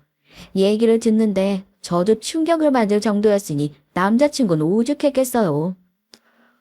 회사 동료들이랑 택시를 탔는데 아버님께서 운전을 하고 계시잖아. 날 못 알아보신 건지 아니면 모른 척을 해주신 건지 모르겠는데 택시를 몰고 계셨다니까. 앞에 기사 면허로 보니까 확실히 자기 아버지 성함이었어. 자기 알고 있었어? 정말? 아버지가 택시를 운전하신다고? 남자친구는 어떻게 자식이 돼서 그런 걸 모를 수 있느냐고 했지만 친정 아버지라면 충분히 그럴 수 있거든요. 전 알아보겠다고 말하곤 회사로 들어왔어요. 그리고 바로 친정 어머니에게 전화를 걸어 자초지종을 물었죠. 친정 어머니께서는 대수롭지 않게 그렇다고 하시더라고요. 전 퇴직하고 하고 싶은 일 하시면서 쉰다고 하셨던 분이 택시는 뭐냐고 물었어요. 너희 아버지 어렸을 적 꿈이 뭔지 알아? 택시 운전사야. 나 만나서 결혼해서 우리 집안으로 들어오지 않았으면 평생 택시 몰면서 다니셨을 분이라고. 너도 알잖니? 얼마나 운전 좋아하셨는지 기억 안 나? 아니 아무리 그래도 택시 운전이라니. 미리 말이라도 해 주시는가. 얼마나 놀랐는지 알아요? 친정어머니께선 친정아버지가 원해서 하시는 일인데 놀랄 게 뭐가 있냐며 웃으셨죠. 사실 친정아버지의 운전 사랑은 유명했거든요. 한 번은 자기가 너무 운전이 하고 싶다며 비서 아저씨들이랑 박기사 아저씨를 집까지 데려다주고 오신 적도 있었고요. 아무리 그래도 택시를 운전하실 것이라곤 상상도 못했는데 전 친정아버지를 누가 말리겠냐고 한숨을 내쉬었습니다. 그런데 이 일이 바로 저의 파혼의 시발점이 될 것이라곤 아무도 생각하지 못했죠. 상견례 전날 친정아버지께선 제게 상견례에 조금 늦을 수도 있다고 말씀하셨어요. 약속 시간을 칼같이 지키는 분이 의외다 싶었죠. 친정아버지께선 섭섭해하는 저를 보며 무슨 일이 있더라도 제가 행복해지는 방법만 생각하고 있다고 하셨어요. 전 친정아버지께 왜 그런 말씀을 하시느냐고 물었지만 아버지는 웃기만 하셨죠. 상견례 날 일찍 도착한 친정어머니와 전 미리 예약해둔 룸으로 들어갔습니다. 아직 남자친구는 오지 않았더군요. 친정어머니와 이런저런 얘기를 하는데 시끄러운 소리와 함께 남자친구가 들어왔어요. 그 뒤로 시아버지와 시어머니의 모습도 보였고요.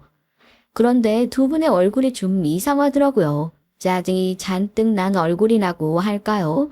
전 오다가 무슨 사고라도 있었나 싶어 남자친구에게 물었지만 남자친구는 별일 아니라고 말하면서 모른 척 하라고 하더라고요. 곧 음식이 나오고 대뜸 시아버지께서 제게 친정아버지가 어디 가셨느냐고 물어보셨습니다. 조금 늦으신다고 연락이 와서요. 죄송합니다. 이런 분이 아니신데 오늘 무척 중요한 일이 있어서 어쩔 수가 없다고 하셨어요. 중요한 일? 지금 사돈과 마주하는 자리보다 중요한 일은 뭐가 있다고? 하긴 남의 돈 버는 일이 쉽지는 않겠지. 아무리 그래도 우리 집안을 무시하는 것도 아니고 이게 뭐야 도대체. 곧 오신다고 하셨으니까 조금만 기다려주세요. 정말 죄송합니다. 됐다. 아무리 생각해도 우리 아들이 아까워서 안 되겠어. 없던 일로 합시다. 시아버지께서는 처음부터 제가 마음에 들지 않았다며 자리에서 벌떡 일어나시더니 나가버리셨어요. 시어머니께서도 오늘은 날이 아닌 것 같다고 하시고서는 나가버리셨고요. 남자친구는 갑자기 다들 왜 이러시냐며 허둥거리면서 따라 나가더군요. 당황스러움을 넘어 황당하게까지 한 상황에서 전 친정어머니를 바라봤죠. 의외로 친정어머니께선 무척이나 침착한 얼굴로 저더러 따라 나가보라고 하시더라고요. 정말 죄송하다고 말씀을 드리고 나갔죠. 가게 입구에서 남자친구와 시부모님이 실랑이를 벌이고 있었습니다. 남자친구는 얘기가 다 끝난 문제를 가지고 왜 이렇게 하시냐며 소리를 높였고 시아버님은 아무리 자신이 지금 이 꼴을 하고 있어도 절대 받아들일 수 없다고 하셨어요. 그때였습니다. 가게 앞으로 롤스로이스 한 대가 미끄러지듯이 들어왔어요. 친정아버지셨죠. 친정아버지께서 소장하고 계시는 차량 중에 가장 아끼시는 것이었어요. 곧 박기사 아저씨가 내리시더니 저를 보고 가볍게 인사를 하셨고요. 분명 큰오빠 차를 운전한다고 들었는데 갑자기 이게 무슨 일인가 싶더라고요. 거기다 더 어처구니가 없는 건 박기사 아저씨께서 뒷문을 직접 열어주고 계셨던 것이었습니다. 원래 친정아버지께선 기업가 모임이 아니고서야 절대 이런 식으로 차에서 내리신 적이 없으셨거든요. 하지만 그런 아버지의 모습에 당황하는 사람은 저뿐만이 아니었습니다. 박기사 아저씨가 제게 인사를 하는 순간부터 시아버지의 얼굴이 굳어가기 시작하시더니 친정아버지께서 차에서 내리시자 턱이 빠진 사람처럼 입만 벌리고 계시더라고요. 차에서 내린 친정아버지는 과거 출근하셨을 때와 조금도 다르지 않는 모습으로 미소를 지으며 제게 손을 흔드셨고요. 그리고는 벌써 상견례가 끝이 났냐며 늦어서 죄송하다고 말씀을 건네셨어요. 시아버지께선 친정아버지가 내신 손을 물끄러미 바라보시더니 사시나무 떨듯이 몸을 떨기 시작하셨죠. 어제 직접 제가 있는 곳으로 와서 좋은 말씀 많이 해주셨는데 제가 직접 대접을 못 해드린 것 같아서 간만에 어깨에 힘 좀 줘봤습니다. 과하다 생각하지는 말아주세요. 두 분은 어제 만나셨어요. 아버지 계신 곳으로 오셨다니 그건 또 무슨 말씀이세요? 어제 사돈께서 몸소 내가 있는 택시 회사로 오셨더라고. 너도 알고 있다고 들었는데 퇴직 후 무료해서 소일거리 삼아 택시 몰고 다니는데 어떻게 아셨는지 그 회사로 오셨더라고 사돈께서. 친정 아버지의 말씀이 이어질 때마다 시아버지 얼굴은 시퍼렇게 질려가다 못해 금방이라도 쓰러질 것처럼 식은땀마저 흘리고 계셨죠. 친정 아버지께서는 그런 시아버지를 바라보시면서 웃고 계셨지만 정 그 웃음이 무엇을 의미하는지 금방 알 수 있었네요. 아버지께서는 잔뜩 화가 나신 상태였어요. 딸, 너도 알고 있었니? 사돈께서 몇 년 전까지만 하더라도 사업을 하셨을 정도로 수완이 좋았다고 하시더구나. 그래서 나름 기사도 쓰면서 사셨다는데 혹시 들어본 적 없니? 그런 얘긴 처음 들어요. 이게 다 무슨 소리야? 나한테 그런 말 한 적 없잖아. 예전에 좋았다는 얘기를 뭐로 해? 지금이 중요하지. 그래서. 아니지. 그 이유가 아니지 않나? 자네 뭐 그 얘긴 나중에 하고. 하여튼 어제 너희 사돈께서 과거가 그리우셨는지 대뜸 나한테 와서 이따위 택시나 몰지 말고 자기 기사나 하라고 말씀하시더구나. 얼마나 친절하신지 안 그러냐, 딸? 전 너무 어이가 없어서 친정 아버지의 말씀에 대답도 못하고 시아버지를 바라봤어요. 남자친구는 시아버지께서 알고 하신 말씀은 아닐 거라며 극구 부인을 하기 시작했죠. 친정 아버지께서 워낙 운전을 잘하셔서 그런 말씀을 한 것 같다고 말하며 어떻게든 상황을 넘기려고 했지만 친정 아버지께선 고개를 저으며 말씀하셨습니다. 그게 무슨 소린가? 사돈께서 오셔서 자기 아들 등골 빼먹을 생각하지 말고 자기 기사 노릇이나 하라고 하셨는데. 순간 저도 남자친구도 그리고 시부모님도 할 말을 찾지 못했어요. 친정 아버지께선 부드럽게 제 손을 잡아당기시며 아무래도 결혼은 무리인 것 같다고 말씀하시면서 저더러 친정 어머니를 챙겨 내려오라고 하셨죠. 남자친구가 뭐라 말을 하려고 했지만 친정 아버지께선 듣고 싶은 말은 그 어떤 것도 없다며 다른 손님들을 위해서라도 조용히 헤어지자고 하셨습니다. 전 집에 오는 동안 정신이 하나도 없었어요. 친정 어머니께서는 이미 알고 계셨는지 편안해 보이셨고요. 저는 왜 그런 일이 있었는데도 말씀하지 않으셨냐고 물었지만 친정 아버지께서는 자신까지 찾아와 막말을 하는 시아버지에게 한 방 먹여주고 싶었다고 하셨죠. 그리고 제게 남자친구와의 관계도 정리하는 것이 좋을 것 같다고 하셨습니다. 저 역시 그날의 일로 정신이 번쩍 들었기 때문에 아버지께서 말씀하신 대로 하겠다고 했어요. 다음날 남자친구는 아침부터 미친 듯이 제게 전화를 걸었지만 전 받지 않았죠. 전 온몸이 젖은 솜처럼 무거워서 연차를 쓰고 하루 집에서 쉬기로 했고요. 낮에는 주치의 선생님께서 오셔서 링거까지 주시더라고요. 전 그렇게 반나절을 잠들어 있었습니다. 제가 다시 깨어난 건 밖에서 들리는 친정 아버지의 고함 소리 때문이었어요. 살짝 열린 틈새로 남자친구의 모습이 보였습니다. 저희 아버지께서 실수를 하셨습니다. 제가 대신해서 사과드릴 테니까 제발 결혼을 허락해 주십시오. 그만하지 그래. 자네 속셈을 내가 모르고 있다고 생각하나? 자네가 내 딸 뒤에서 무슨 짓을 저지르고 있는지, 자네가 왜 우리 딸이랑 결혼을 하고 싶어 하는지, 자네 부모님이 가지고 있는 빚은 물론이고 자네가 도박으로 생긴 빚까지 그 모든 빚을 청산하고 싶어서 딸아이와 결혼하려는 속셈 모를 줄 아느냐고. 전 친정 아버지의 말에 그만 휘청하고 쓰러질 뻔했습니다. 남자친구에게 빚이 있다는 것도 몰랐지만 그걸 저와 결혼으로 갚을 생각을 하고 있다는 생각조차 못했거든요. 남자친구는 결혼 이후 그 많은 빚을 제 명의로 돌릴 생각이었던 것 같았어요. 그동안 왜 그렇게 무조건 결혼을 외쳤는지, 당장이라도 식을 올릴 것처럼 굴었는지 모든 것이 이해가 됐죠. 전 문을 박차고 나갔습니다. 그리고 남자친구에게 달려들어 사정없이 그의 뺨을 내리쳤죠. 순식간의 일이라 남자친구는 방어조차 하지 못했습니다. 전 한 번만 더 내 앞에 나타나면 그땐 모든 걸 다 부숴버리겠다고 소리를 질렀습니다. 남자친구는 이런 제 모습에 놀랐는지 뒤도 돌아보지 않고 집을 빠져나갔고요. 남자친구를 쫓아내고 나니 전 진이 다 빠져버려 소파에 쓰러지듯이 누웠죠. 아버지께서는 가만히 저를 보시더니 헝클어진 머리를 정돈해 주시며 제 탓은 아무것도 아니라고 하셨습니다. 눈물이 날 것 같았어요. 전 이 일이 여기서 막을 내린다고 생각했거든요.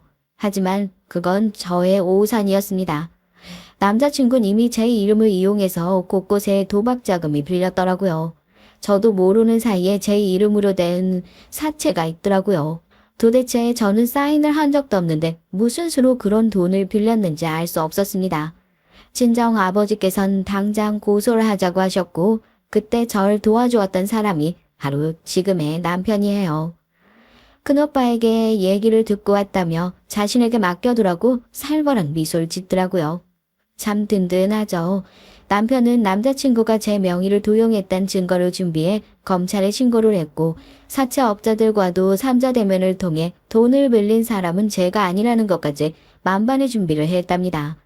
알고 보니 형님과 남자친구의 합작품이더라고요. 남자친구는 어떻게든 한 번만 눈을 감아달라고 했지만 전 그럴 생각이 조금도 없었죠. 남편은 두 번 다시 제 주변에 얼씬도 못하게 하겠다고 하더니 아주 조금의 틈도 주지 않겠다고 했고 실제로도 쉬지 않고 몰아붙이더라고요.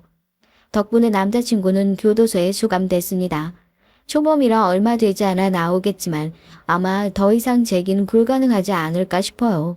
사채업자들이 아주 이를 갈며 기다리고 있거든요.